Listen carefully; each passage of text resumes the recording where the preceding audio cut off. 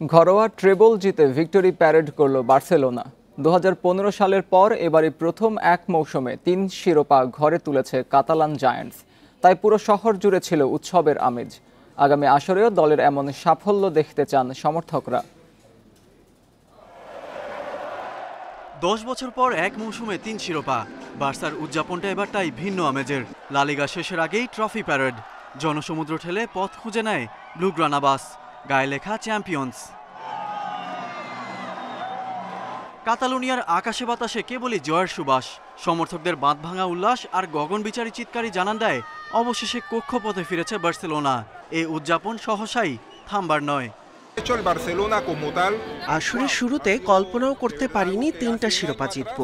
কেউই এই দলটার উপর ভরসা করতে পারিনি। আমাদের ভুল প্রমাণ করার জন্য পুরো দলকে ধন্যবাদ।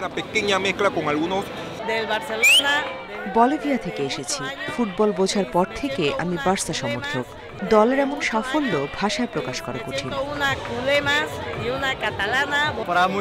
দারুণ একটা মৌসুম কাটলো। আশা করি পরের আসরেও অনেক অনেক ট্রফি জিতব। এখন সময়টা উপভোগ করতে চাই। সবাইকে অভিনন্দন। আসর জুড়েই দাপট দেখিয়েছে কাতালান জায়ান্টস। প্রতিপক্ষের জালে 4-5 গোল করেছে হরহামেশাই। কামব্যাকের গল্প কম লেখেনি। একটা সময় ধুঁকতে থাকা বার্সার ঘুরে দাঁড়ানোর নেপথ্যে কোচ হান্সি ফ্লিকের ট্যাকটিক্স। এল ক্লাসিকোতে বার্সার 4-4 চিরপ্রতিদ্বন্দ্বী রিয়ালকে নাস্তানাবুদ করে ছেড়েছে।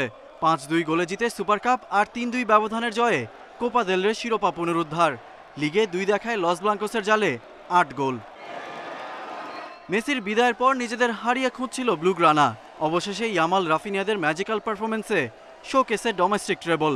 তবে আফসোস একটা থেকেই গেল, চ্যাম্পিয়ন্স লিগটা জিততে পারলে পূরণ হতো 16 কলা। Galib Hasan, independent news.